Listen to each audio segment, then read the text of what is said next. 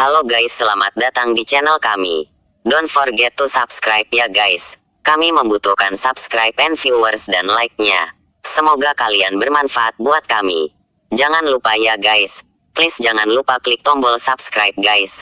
Karena subscribe itu gratis. Kisah Nabi Khidir. Ajaran dan jati dirinya Nabi Khidir AS. Nabi Khidir AS merupakan hamba Allah SWT yang sangat khusus. Karena beliau adalah salah satu hamba Allah SWT yang ditunda kematiannya dan masih diberi rejeki. Selain itu beliau diutus untuk memberi pelajaran makrifat kepada para wali, para sufi, maupun kepada orang yang dengan tekun mendekatkan diri kepada Allah SWT. Nabi Khidir AS mengajarkan ilmu tentang makrifat. Ada yang menyebutkan Nabi Khidir AS juga mengajarkan ilmu laduni. Banyak orang yang ingin bertemu dengan Nabi Khidir AS, terutama para penganut tarekat, ataupun mereka yang ingin berguru kepada Nabi Khidir AS. Kesalahan terbesar mereka adalah karena mereka ingin bertemu. Seharusnya jangan punya keinginan untuk bertemu. Ikhlaskanlah beliau yang menemui kita. Dalam beberapa riwayat, Nabi Khidir AS memiliki ciri-ciri fisik yang tidak dimiliki oleh orang lain, yaitu, jempol tangan kanan tidak bertulang. Beliau selalu membawa tongkat, dan perawakan beliau lebih tinggi dari kebanyakan kita. Al-Khidir Arab. Hadir. Al-Hadir keterangan mengenai beliau terdapat dalam Al-Quran Surah Al-Kahfi ayat 65-82, dan beberapa hadis. Mystical Dimensions of Islam, oleh penulis Anne-Marie Simmel. Khidir dianggap sebagai salah satu nabi dari 4 nabi dalam kisah Islam, dikenal sebagai sosok yang tetap hidup, atau abadi. 3 lainnya adalah Nabi Idris AS, Nabi Ilyas AS, dan Nabi Isa AS. Nabi Khidir AS abadi karena ia dianggap telah meminum air kehidupan. Dalam kisah literatur Islam, satu orang bisa bermacam-macam sebutan nama dan julukan yang telah disandang oleh Khidir. Beberapa orang mengatakan Khidir adalah gelarnya. Yang lainnya menganggapnya sebagai nama julukan, dan juga dihubungkan dengan pengembara abadi. Para cendekiawan telah menganggapnya dan mengkarakterkan sosoknya sebagai orang suci, nabi, pembimbing nabi yang misterius, dan lain-lain. Al-Khidir secara harfiah berarti, seseorang yang hijau, melambangkan kesegaran jiwa. Warna hijau melambangkan kesegaran akan pengetahuan, berlarut langsung dari sumber kehidupan. Dalam situs Ensiklopedia Britannica, dikatakan bahwa Khidir memiliki sebuah nama. Yang paling terkenal adalah Baya bin Malkan. Menurut Syekh Imam M. Marifatullah Al-Arsi, segitiga Bermuda merupakan tempat titik terujung di dunia ini. Di tengah kawasan itu terdapat sebuah telaga yang airnya dapat membuat siapa saja yang meminumnya menjadi panjang umur. Di tempat itu pula Khidir bertahta sebagai penjaga sumber air kehidupan tersebut. Ar-Raubek. Kisah Nabi Khidir. Amalan agar bisa bertemu Nabi Khidir. Alhamdulillah. Pada kesempatan malam hari ini admin dapat kembali menyapa para sahabat dengan postingan terbaru di blog Santri Klumut. Apabila pada postingan sebelumnya admin pernah mempostingkan beberapa amalan penting, maka kali ini admin juga akan mempostingkan amalan penting, yaitu amalan agar bisa bertemu Nabi Khidir. Menurut para ulama, sampai saat ini Nabi Khidir alaihissalam merupakan salah satu nabi yang masih hidup namun tidak menyebarkan ajaran khusus seperti nabi lainnya. Nabi Khidir hidup dengan menganut ajaran Nabi Agung Muhammad Shallallahu Alaihi Wasallam dan senantiasa beribadah kepada Allah. Dalam suatu keterangan juga dijelaskan bahwa Nabi Khidir alaihissalam akan meninggal setelah bertemu dengan Dajjal dan menjelaskan kebohongan Dajjal.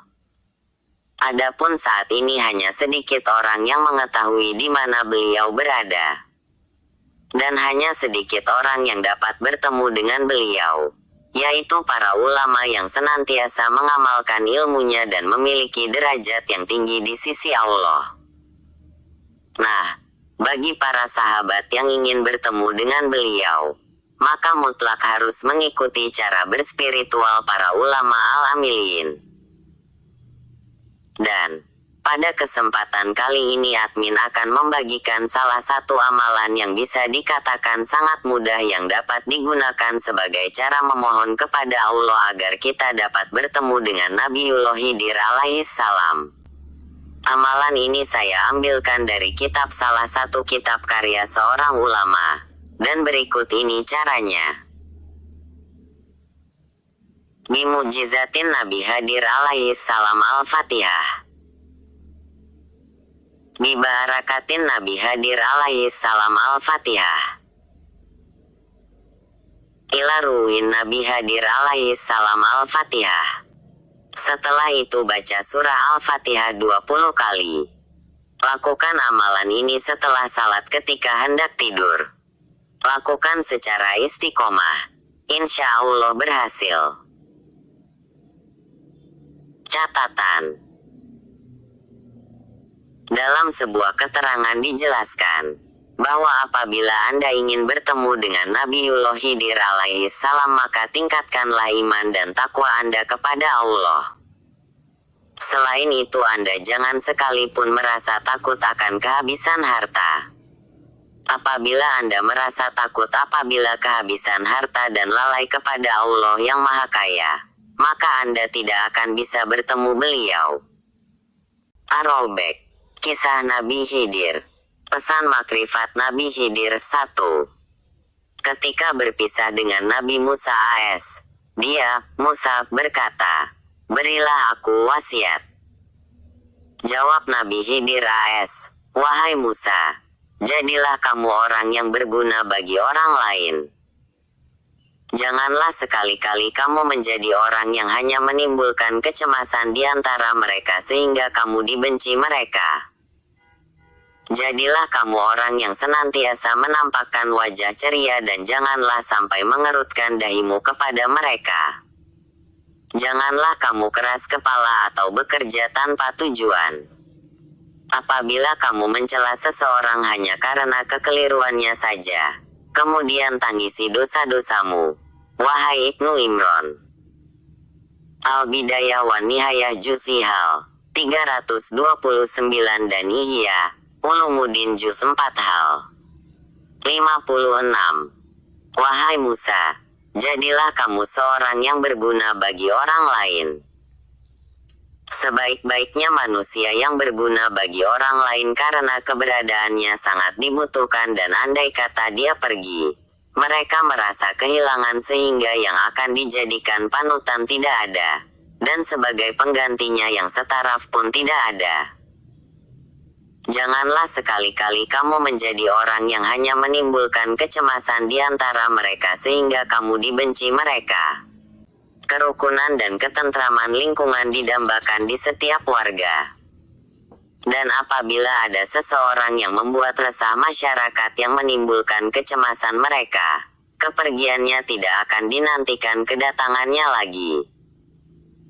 Dengan kepergiannya, masyarakat merasa tentram. Keberadaannya di setiap yang ditempati selalu dibenci dan bahkan diusir. Jadilah kamu orang yang senantiasa menampakkan wajah ceria dan janganlah sampai mengerutkan dahimu kepada mereka. Muka cemberut dan kusam menunjukkan wajah atau hati sedih dan kurang senang pada keadaan. Terimalah apa adanya dengan senang hati. Jalani saja kehidupan ini dengan ketabahan dan sabar, walaupun pahit dirasa. Kejadian apapun yang kita alami, pasti Allah SWT akan memberikan hikmah dan pelajaran di baliknya. Dengan demikian kesedihan pun akan sirna dengan sendirinya. Dan wajah akan kelihatan berseri-seri tampalah muka ceria. Janganlah kamu keras kepala, atau bekerja tanpa tujuan.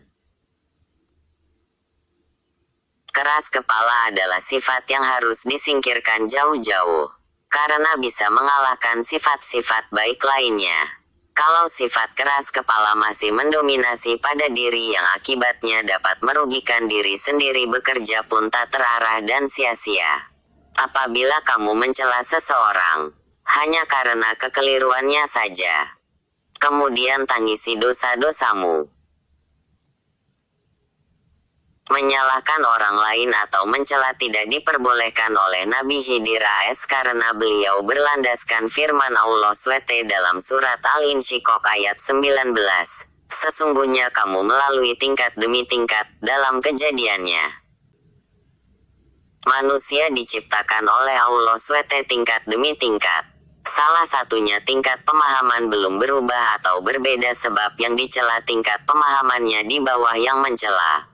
Logislah yang mencela atau menyalahkan tidak dibenarkan. Orang kelas 3 kok disalahkan oleh orang kelas 5? Seharusnya kelas 5 yang mengalah. Dan harus tahu serta paham bahwa perbuatan itu kurang benar. Segeralah mohon ampun kepada Allah SWT dan jangan diulangi lagi. Ar-Raubek. Kisah Nabi Khidir. Pesan makrifat Nabi Khidir 2. Pesan kedua. Diriwayatkan bahwa setelah Khidir akan meninggalkan Nabi Musa AS, dia Khidir berpesan kepadanya, "Wahai Musa, pelajarilah ilmu-ilmu kebenaran agar kamu dapat mengerti apa yang belum kamu fahami.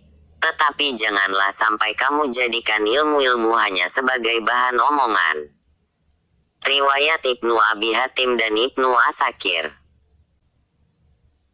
Faham sesuatu ilmu bukan untuk modal berdebat. Menonjolkan sesuatu faham yang berseberangan dan faham yang baru selesai dipelajarinya itu adalah yang paling benar, sehingga bangga atas golongannya itu dan mengajak adu argumen bahwa dialah yang paling benar sendiri. Ini tidak dibenarkan sebab berdebat itu tidak diperbolehkan sebagaimana surat Al-Baqarah ayat 139. Katakanlah, apakah kamu memperdebatkan dengan kami tentang Allah?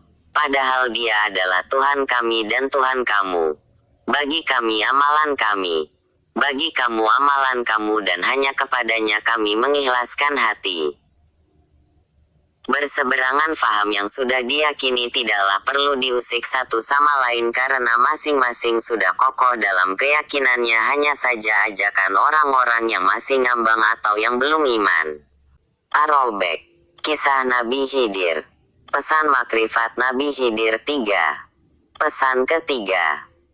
Wahai Musa, sesungguhnya orang yang selalu memberi nasihat itu tidak pernah merasa jemu seperti kejemuan orang-orang yang mendengarkan. Memberi nasihat kepada orang lain janganlah mengharapkan sesuatu imbalan apapun kecuali ridha Allah SWT dan tugas menyampaikan. Tugas menyampaikan dan mensiarkan agama Allah adalah tugas setiap umat muslim. Firman Allah SWT dalam surat Al-Hajj ayat 32 mengatakan, "Demikianlah perintah Allah.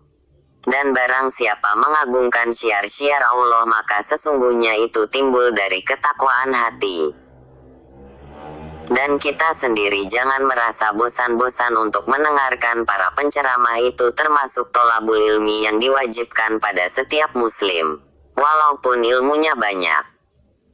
Maka janganlah kamu berlama-lama dalam menasehati kaummu. Berilah nasihat singkat, padat, berisi dan yang penting tidak membosankan. Dan ketahuilah bahwa hatimu itu ibarat sebuah bejana yang harus kamu rawat dan pelihara dari hal-hal yang bisa memecahkannya. Iman di dalam hati belum tentu sudah kokoh tanpa jaga dan dirawat dan dipelihara karena lapisan luar hati masih dipenuhi oleh hawa nafsu yang selalu mengajak ke arah perbuatan yang kurang baik.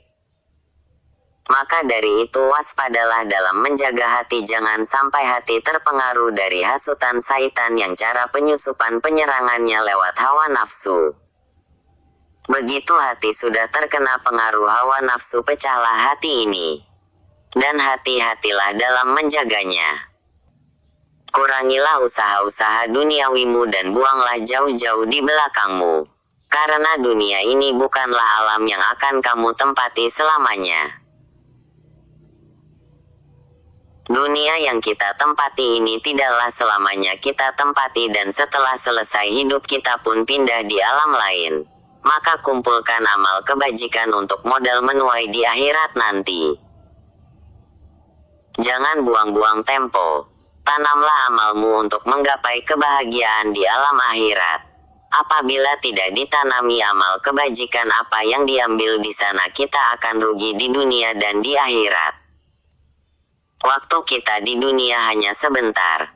Tidaklah lama, sebagaimana keterangan surat An-Naziat ayat 46.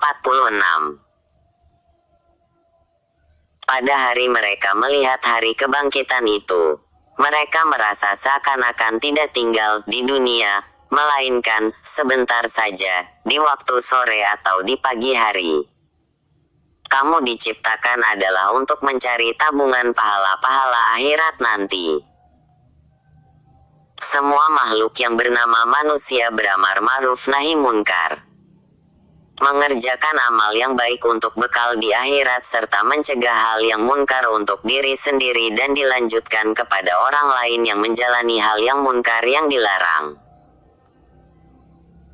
Bersikap ikhlaslah dan bersabar hati menghadapi kemaksiatan yang dilakukan kaummu.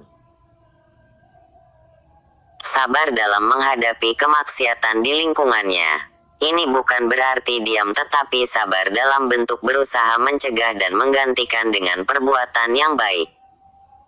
Apabila mengalami kesulitan, bersabarlah, mencari solusinya dan jalan keluar yang baik. Hai Musa, tumpahkanlah seluruh pengetahuan ilmu-mu, karena tempat yang kosong akan terisi oleh ilmu yang lain. Kewajiban manusia yang berilmu untuk membagi ilmunya kepada orang lain yang membutuhkan. Bukan ilmu yang diberikan kepada orang lain itu habis, tetapi malah sebaliknya justru bertambah banyak. Apa sebabnya? Karena ilmu yang kita berikan kepada orang lain dengan ikhlas dan ridha, Allah pun ridha menambah ilmunya kepada orang tersebut. Janganlah kamu banyak mengomongkan ilmumu itu, karena akan dipisahkan oleh kaum ulama. Membicarakan ilmu yang sudah dicapai dengan predikat ilmu mukasyafah dengan orang yang di luar kelompoknya yang masih di bawah jauh dari ilmu yang dicapai, maka akan terjadi kurang baik bagi dirinya juga bagi orang lain.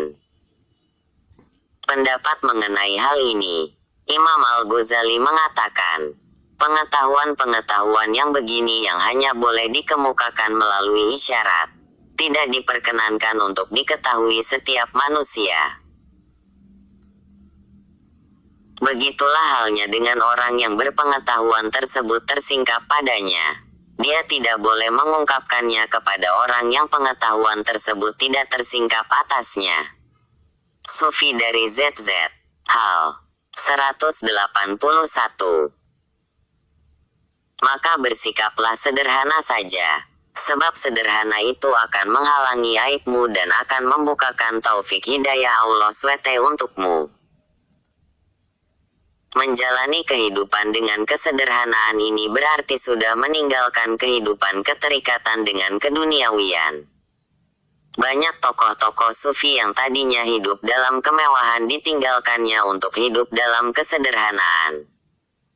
Dengan hidup sederhana hatinya tidak disibukkan dengan harta.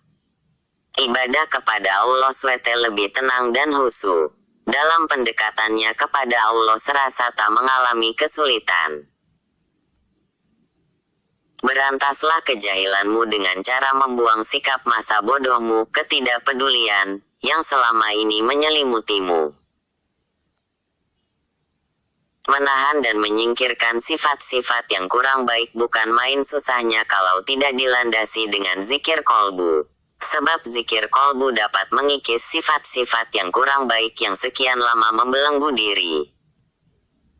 Dengan zikrullah yang dikerjakan di kolbu, di samping menghilangkan sifat-sifat yang kurang baik, sifat-sifat yang baik pun menguasai diri dan menambah ketenangan dan ketentraman hati. Itulah sifat orang-orang arif dan bijaksana, menjadi rahmat bagi semua. Orang-orang arif identik dengan orang-orang sufi. Orang-orang sufi kebanyakan adalah para wali Allah yang menjadi rahmat bagi semua orang. Apabila orang bodoh datang kepadamu dan mencacimu, redamlah ia dengan penuh kedewasaan serta keteguhan hatimu. Meredam kemarahan orang yang memarahi diawali melatih penahanan hawa nafsu dan meredam keinginan hawa nafsu yang ingin bergolak. Setelah mampu meredam hawa nafsu, meredam amarah orang lain dengan kelembutan sifat dan keteguhan hati.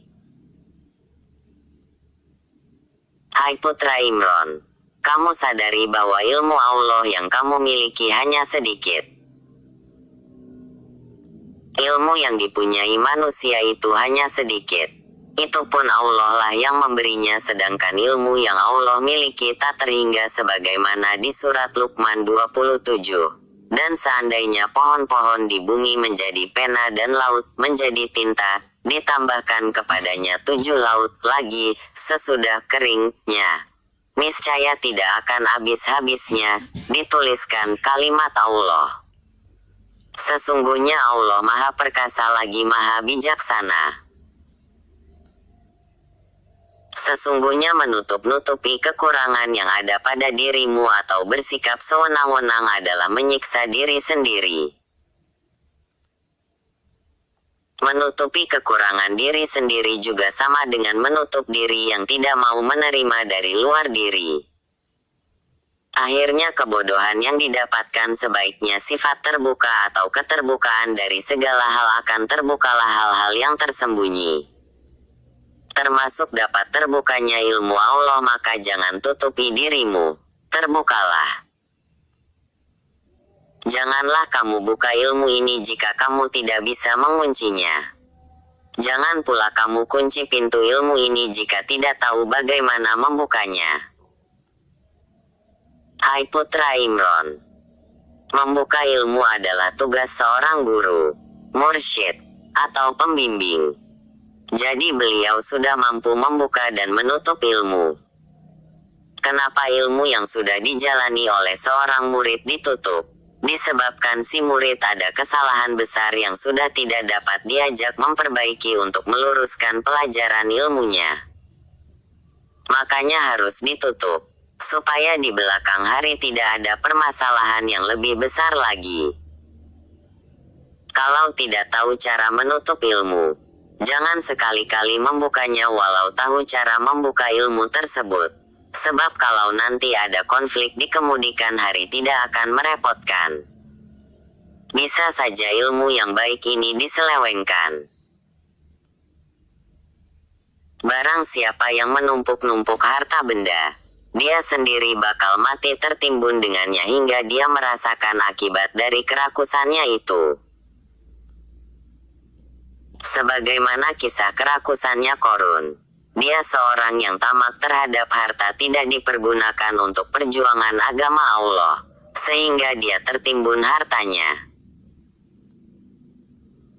Namun, semua hamba yang selalu mensyukuri karunia Allah SWT serta memohon kesabaran atas ketentuan-ketentuannya, dialah hamba yang zuhud dan patut diteladani. Orang-orang yang pandai mensyukuri nikmat Allah SWT dan jangan zalim atas nikmat pemberiannya. Andai kata kita tidak mau mensyukuri nikmat atas pemberian darinya, Allah pun murka sebagaimana diterangkan dalam surat Ibrahim ayat 34. Dan dia telah memberikan kepadamu keperluan dari segala apa yang kamu pohonkan kepadanya. Dan jika kamu menghitung nikmat Allah, tidaklah kamu menghinggakannya. Sesungguhnya manusia itu sangat zalim dan sangat mengingkari nikmat Allah. Juga sabda Rasulullah yang diriwayatkan oleh Muslim mengatakan, dari Abi Yahya Suhaib bin Sinanra, berkata, bersabda Rasulullah SAW, sangat mengagumkan keadaan seorang mukmin sebab segala keadaannya untuk ia sangat baik dan tidak mungkin terjadi demikian kecuali bagi seorang mukmin. Jika mendapat nikmat ia bersyukur, maka syukur itu lebih baik baginya, dan bila menderita kesusahan ia bersabar, maka sabar itu lebih baik baginya. Dengan meninggikan sifat sabar serta mau menerima ketentuan-ketentuan yang baik, bersyukur atas nikmat darinya, dan menerima ketentuan yang jelek diterimanya dengan ikhlas yang didasari dengan kesabaran, dan mohon pertolongannya. Bukankah orang yang seperti itu mampu mengalahkan nafsu syahwatnya dan dapat memerangi bujuk rayu syaitan? Syaitan membujuk manusia sejak Nabi Adam AS diciptakan di surga. Dia iri dengan Nabi Adam AS karena Nabi Adam AS diciptakan lebih sempurna dari dia. Bahkan dia, iblis, disuruh bersujud kepada Nabi Adam tidak mau sebab menurut dia lebih dahulu dan lebih tinggi dari Nabi Adam AS, karena dia tercipta dari api. Dengan tidak maunya iblis bersujud kepada Nabi Adam AS, diusirlah dia oleh Allah SWT dari surga, dan disuruh menempati neraka selamanya. Iblis mau menerima itu, tapi dia masih meminta tangguh, dan dalam penangguhan itu meminta lagi untuk menggoda anak cucu Nabi Adam AS. Dan hanya yang ikhlaslah iblis tidak dapat menggoda. Sebagaimana firman Allah SWT di surat Al-Hijr ayat 30-42. Ayat 30. Maka bersujudlah para malaikat itu semuanya bersama-sama. Ayat 31. Kecuali iblis, ia enggan ikut bersama-sama malaikat yang bersujud itu. Ayat 32. Allah berfirman, hai iblis, apa sebabnya kamu tidak ikut bersujud bersama-sama mereka yang bersujud itu? Ayat 33. Berkata iblis, aku sekali-kali akan sujud kepada manusia yang engkau telah menciptakan dari tanah liat kering, yang berasal dari lumpur hitam yang diberi bentuk. Ayat 34. Allah berfirman, keluarlah dari surga, karena sesungguhnya kamu terkutuk. Ayat 35. Dan sesungguhnya kutukan itu tetap menimpamu sampai hari kiamat. Ayat 36. Berkata iblis, ya Tuhanku, kalau begitu maka beri tangguhlah kepadaku sampai hari manusia dibangkitkan. Ayat 37. Allah berfirman, kalau begitu maka sesungguhnya kamu termasuk orang-orang yang diberi tangguh. Ayat 38. Sampai hari suatu waktu yang telah ditentukan. Ayat 39. Iblis berkata, ya Tuhanku, oleh sebab engkau telah memutuskan bahwa aku sesat, pasti aku akan menjadikan mereka memandang baik perbuatan maksiat di muka bumi, dan pasti aku akan menyesatkan mereka. Ayat 40. Kecuali hamba-hamba engkau yang mukhlis di antara mereka. Ayat 41. Allah berfirman, inilah jalan yang lurus, kewajiban akulah menjaganya. Ayat 42. Sesungguhnya hamba-hambaku tidak ada kuasa kekuasaan bagimu terhadap mereka kecuali orang-orang yang mengikuti kamu, yaitu orang-orang yang sesat. Dan dia pula orang yang mengetam buah dari ilmu yang selama ini dicarinya. Sabda Rasulullah SAW dari Abu Darda RA mengatakan, barang siapa yang melalui suatu jalan untuk menuntut ilmu, Allah akan memudahkan baginya jalan ke surga. Dan para malaikat selalu meletakkan sayapnya untuk menaungi orang-orang yang menuntut ilmu, karena senang dengan apa yang mereka lakukan. Dan bagi orang-orang yang alim, dimintakan ampun untuknya oleh penduduk langit dan bumi serta oleh ikan-ikan yang ada di air. Dan keutamaan orang alim terhadap ahli ibadah, yang tidak memiliki ilmu adalah bagaikan kelebihan sinar bulan atas bintang-bintang lainnya. Dan sesungguhnya ulama adalah pewaris para nabi. Dan sesungguhnya para nabi tidak mewariskan dinar dan dirham kekayaan dunia, akan tetapi mereka mewariskan ilmu. Maka barang siapa yang mengambil ilmu itu, berarti ia telah mengambil bagian yang sempurna. Hari Daud Tirmidzi. Pesan-pesan Rasulullah Hal 167-168. Segala amal kebajikannya akan dibalas dengan pahala di akhirat.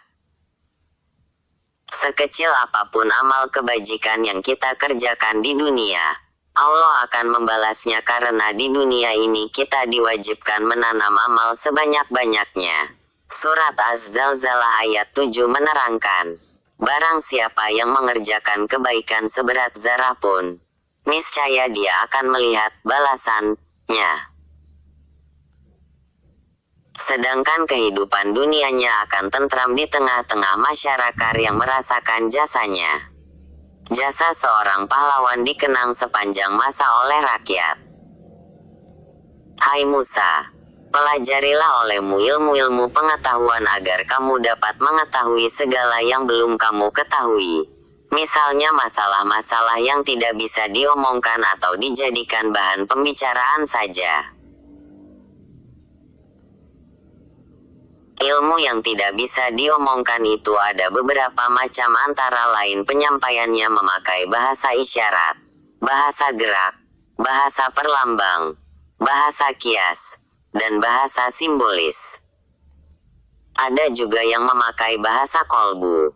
Ada lagi cara penyampaiannya lewat mimpi dan yang setengah sadar. Menerima pelajaran seperti itu semua memang tidak bisa diomongkan kepada orang yang belum bisa memahaminya.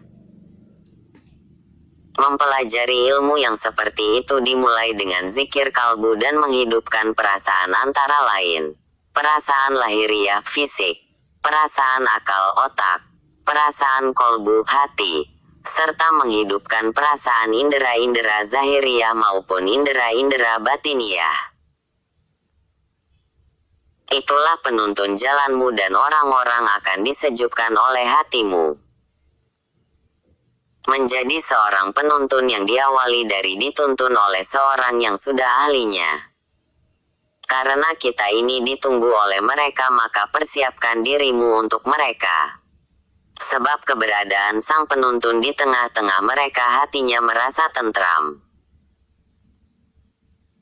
Hai Musa putra Imron, jadikanlah pakaianmu bersumber dari zikir dan fakir serta perbanyaklah amal kebajikan.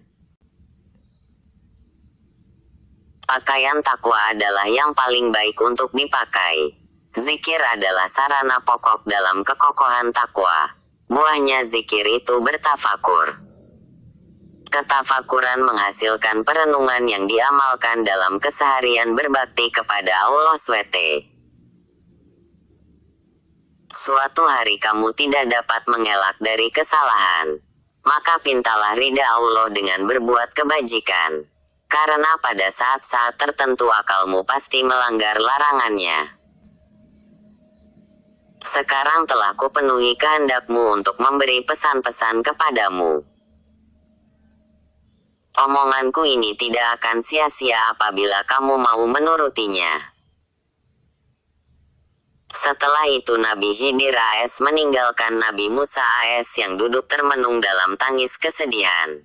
Terima kasih ya guys sudah mengunjungi channel kami dan menonton sampai akhir video. And don't forget to subscribe. Semoga video ini bermanfaat. Jangan lupa ya guys. Please jangan lupa klik tombol subscribe guys. Karena subscribe itu gratis. Dan semoga yang sudah subscribe selalu mendapatkan rezeki yang berlimpah.